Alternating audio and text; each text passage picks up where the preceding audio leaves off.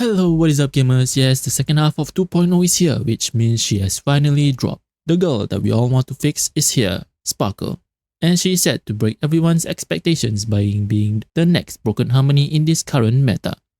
So let's go through her kit, builds and team synergies and find out why she's the next broken support. Let's get to it. So a general introduction, Sparkle is a quantum character following the path of harmony, which means for all those who want to run mono quantum, you can finally now with her as a support. Now that we know her general role in the team, let's go through her kit.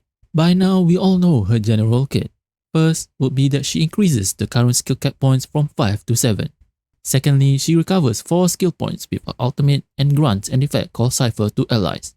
Allies with Cypher will have damage boost due to her talent. These are what we know so far, so let's examine her kit even further to fully understand her role as a harmony support. First up, her basic deals quantum damage to single target as like all other basic abilities. Then we have her skill, Dream Diver. Her skill provides crit damage boost for single target ally for 1 turn, which at the same time forwards allies action by 50%, to which it is not applicable onto herself. Next, we have her talent. Her talent is that when she is on the field, the skill points cap increases by 2. And then for her second part of her talent is whenever an ally consumes 1 skill point, all allies damage increases for 2 turns. This effect can be stacked up to 3 times. We then have her ultimate where it recovers 4 skill points and grants Cypher to all her allies. Each stack of the damage boost from her talent increases for 2 turns. And lastly, her technique. Misdirect allows you and your allies to not be detected, and entering the battle recovers 3 skill points for the team. So a summary of her kit, she provides more skill points for your party when she's on the field. Her skill provides crit damage buff and a certain amount of advanced forward action. And lastly, her ult provides skill points recovery, and paired with her talent, her allies can have increased damage boost if they consume a skill point. Not only that, there is the damage boost effect which lasts for 2 turns for all allies to benefit from. And these are her minor traces in total. And now, on to her major traces. Her A2 provides energy when she uses her basic attack. Her A4 extends crit damage boost effect due to her skill until the start of target allies' next turn. Lastly, her A6 increases all allies' attack by 15%, and when you have the same quantum type allies, it additionally increases allies' attack. So if possible, prioritize her A4, then her A6, and lastly her A2. Next, we move on to her Eidolons. Her E1 is already a good Eidolon for her. It extends the Cypher effect granted by her ultimate for an extra 1 turn, and all allies with Cypher will have their attack increased by 40%.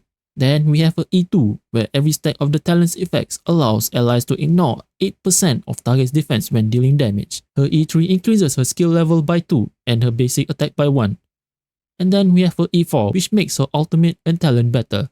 Her ultimate now recovers an additional 1 skill point, a total of 3 whenever she uses her ult, and her talent now increases the max skill points cap by 3, previously from 2. So the total skill points you have now is 8 instead of 7. Then we have her E5, ultimate level and talent level by 2. And lastly, her E6. Her E6 increases crit damage boost effect granted by her skill equal to that of her crit damage. And as she uses her skill's crit damage boost effect will apply to all allies with Cypher. And as she uses her ult, any single ally that benefits from her skill crit damage boost effect will share that effect to all allies with Cypher. Just by looking at her Eidolons, getting to her E4 already makes her an exceptional support harmony. Her E2 and E1 are also not bad to have, with defense ignore and Cypher effect lasting for an extra turn, which means longer damage boost effect for all allies. So getting to E1 and E2 is good enough. But if you want her to be your number 1 support, then her E4 is her Eidolon you should aim for, and further if you have the JDs. So now we have gone through her kit, her traces and her Eidolons, now to her builds and team synergies. For her builds, like most support, you will want to build her fast, and this is where speed tuning is key. We'll go more in depth on that later, but for now we'll go through her relics, her planar ornaments and light cones in general. So first, for the most obvious one would be the 4 pieces of Hackerspace. The 2-piece effect already increases speed for herself, and the 4-piece effect is where after granting her ultimate, it increases her speed even further, which is an obvious choice for her. The alternatives would be the Eagle of Twilight with its advanced forward action, but not as beneficial as Hackerspace. Then we have the Musketeer set, but requires 4 pieces to activate its effect, which is very restrictive. So farm Hackerspace if you have the opportunity. For her ornaments, the Broken Gir is the go-to choice. With enough effect rares, all allies will have additional 12% crit damage.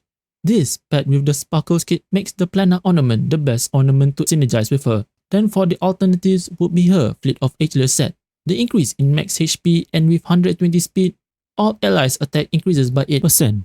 Makes it an alternate option. The Penacony set is another good alternative, especially for those who want to run mono quantum teams, and the energy regen effect can provide that alt use faster. Now on to the relics and Planar's main stats. Slot in crit damage for her body, and for her feet of course will be speed. For her sphere, preferably slot in HP percentage to make her tanky, but defense percentage will also be another good alternative. And for her robe, would be energy regen for that faster alt regen. And now for the main substats. Speed is definitely a priority, and there are two ways to build her for her speed builds. First will be the as fast as possible, aka ASAP Sparkle, and the other alternative would be the slower by 1 Sparkle. For the ASAP Sparkle, build her speed to 160 and beyond, whereas for the slower by 1 Sparkle, tune her speed to be at least -1 or -2 lower than your main damage dealers. I'll go in depth further on the speed tuning aspect of Sparkle in another video.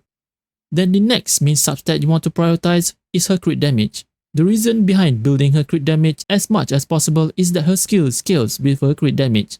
At max rank, she grants 24% of crit damage plus an additional 45%, which means stacking that much crit damage is a must. So after reaching your end goal speed stat, crit damage is your next priority. Now to her light cones. There are 3 light cones you should look into mainly. Her signature light cone, Earthly Escapade. Next, But the Battle Isn't Over, and lastly, Past and Future. These 3 light cones do not differ much in terms of benefits they give, and it also depends on the situation she's in. For those building the ASAP Sparkle, her signature light cone edge out the others but slightly in overall damage boost. In terms of buff, her signature light cone is always active, whereas the other 2 are active during on the turn you boost the damage dealers. So for follow-up damage characters, this light cone will benefit them. The same can be said for the slower by 1 Sparkle build, as her signature light cone outperforms the alternatives. However, for characters like Daniel and QQ, her signature light cone might not be needed, as the other 2 alternatives can be used. To sum it up, for characters like Daniel or QQ, you can use either But the Battle Isn't Over or Past and Future. Of course, her signature light cone is still good too. And as for free-to-play players, Past and Future is a good option with the disadvantage of the lack of extra skill points, but it's still a good alternative, and these are her endgame stats that you should aim for when building her. Now with her build out of the way, on to her team synergies. For her team synergies, there are 3 categories that I'm dividing them into: the support synergy, the damage dealer synergy, and the mono quantum synergy. Now for all those who want to run mono quantum teams will benefit from Sparkle's A6 trace. So if you run mono quantum teams, your quantum allies attack will increase by 30%, which is a significant attack boost. Then we have the support synergies. Any support will go well with her, so there are no restrictions there. And then we have the main damage dealers category. Sele, QQ, and Shui are gonna benefit from her. Then we have Daniel, who can play alongside her as a hyper carry. Lastly, your follow-up attack damage characters. Yes, for all those who main follow-up attack playstyle, you'll definitely see an upgrade due to Sparkle skill's lingering buff, where it will last till the start of your damage dealer's next turn. So the characters that has follow-up attacks will benefit from a buffing kit, which makes her an ideal support to run with. Now that we have gone through the nitty-gritty of Sparkle as a whole, so is Sparkle the next harmony that you should be looking to pull? Just by looking at what she can provide and the upgrades she provides for hyper carries, and especially for follow-up characters, I would say she is definitely a character that you should consider pulling. Before this, her skill has been overlooked by the so-called 50% advanced forward action she provides in her kit, whereas in her kit she provides so much more. The extra skill point she provides is good for those skill point hungry characters in your party. The crit damage buff she provides with her skill is also another good buff for your main damage dealers. And lastly, her lingering buff effect, which lasts until her target's next turn. This gives her an edge over Bronya, as Bronya can provide her buff during the damage dealer's turn. So for follow-up character users, I can say that without a doubt, she is definitely your must-pull support character if you are maining your follow-up characters. And that is pretty much it about her. While making this video, Sparkle definitely does give me those intrusive thoughts of pulling for her. Curse you. So the advice is, don't fret so much. Pull for whoever you like, she'll definitely get a rerun for sure in the future. However, if you are not planning to pull for any future characters as you are content with whatever characters you have, then she is definitely the support that you should consider pulling. So that is it for this video. I hope it's informative for those who have already pulled for her and are already planning to build for her.